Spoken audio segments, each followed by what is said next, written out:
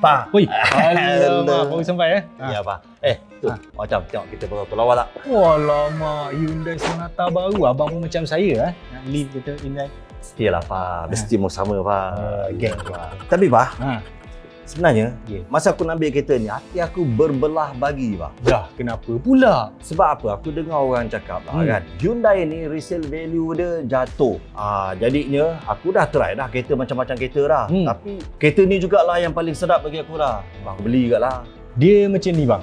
Kalau Hyundai tahun 90-an tu betul lah resale value dia turun. Tapi resale value ni dia bukan setakat kereta je bang. Condition kereta tu. Kalau kereta ni abang pakai, abang jaga elok-elok, service on time, cuci bersih-bersih, lepas 4-5 tahun tak ada bunyi krok crack sana sini.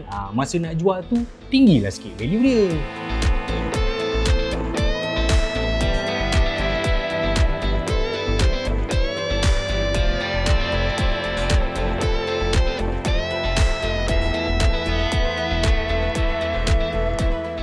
Tapi betul ke orang kata resale value dia drop? Alamak, dia macam ni bang. Kalau model untuk 90-an dengan awal tahun 2000, saya rasa masa tu memang saya tak nafikan memang resale value dia drop. Tapi kalau kereta-kereta moden dia, kereta canggih-canggih dia, dah makin canggih bang kereta-kereta Hyundai sekarang. Betul? Kereta-kereta moden dia tak adalah teruk sangat. Betul juga tu, Pa. Yep. Aku ingat tu waktu aku mula-mula kerja tu ada member seorang, dia beli Hyundai Sonata. Selepas dia pakai 5-6 tahun, lepas tu dia nak jual balik, ya Rabbi, harga dia drop gila, Pa. Walhal sama harga dia dengan perdana V6 tu. Ya, betul. Masa dia beli, harga sama dengan perdana V6 kan, tapi nak jual teruk kan. Okey, dia macam ni bang. Kalau kita tengok macam saya cakap tadi, model yang awal ni, model 90-an, awal tahun 2000. Contoh dia kan, model tahun 2000 Hyundai. Kalau kita beli, bila kita nak jual balik pada 2005, lepas 5 tahun, dia akan drop sekitar maybe like 60%, 60% dia jatuh bang. Okey, sebab apa? Sebab model-model lama tu memang macam tu. Itulah harga pasaran dia. Tapi kalau kita tengok model, contohnya model tahun 2015. Okey, after 5 tahun dia tak drop dah sampai 60%. Dia drop sekitar dalam 40 ke 40% lebih. Untuk hari ni kalau abang tengok, abang kaji semula kan, dia punya resale value tu tak adalah teruk sangat macam, tapi tak adalah sebagus brand Japan, tapi dia tidaklah, maknanya ada lagi yang bawah dia macam Volkswagen, Peugeot, Citroen tu dia punya market value lagi teruk kalau compare to Hyundai. Oh, macam tu, Pa.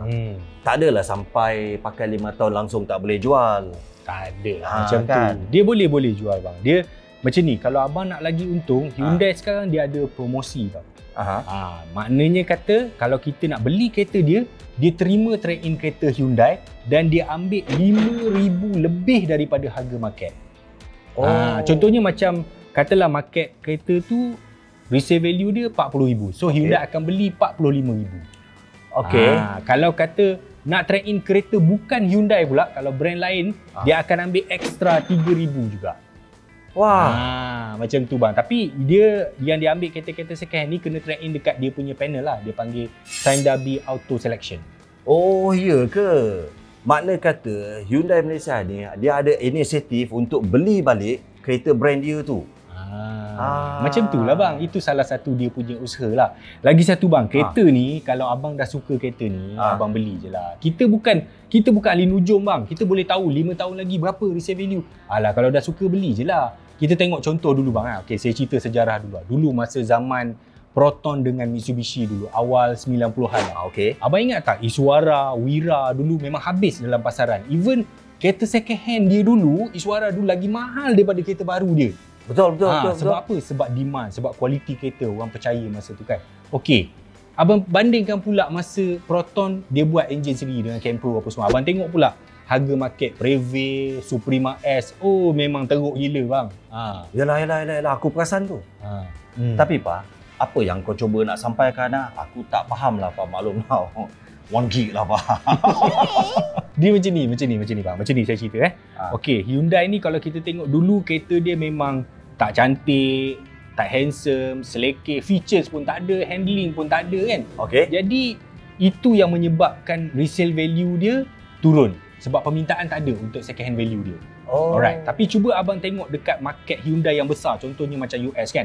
Dulu market value dekat US pun teruk juga second hand value dia. Tapi lepas beberapa lama kereta dia makin cantik, makin handsome kalau abang perasan. Hyundai sekarang ni bukan macam Hyundai dulu bang. Features dah banyak. So saya rasa kat Malaysia pun sama.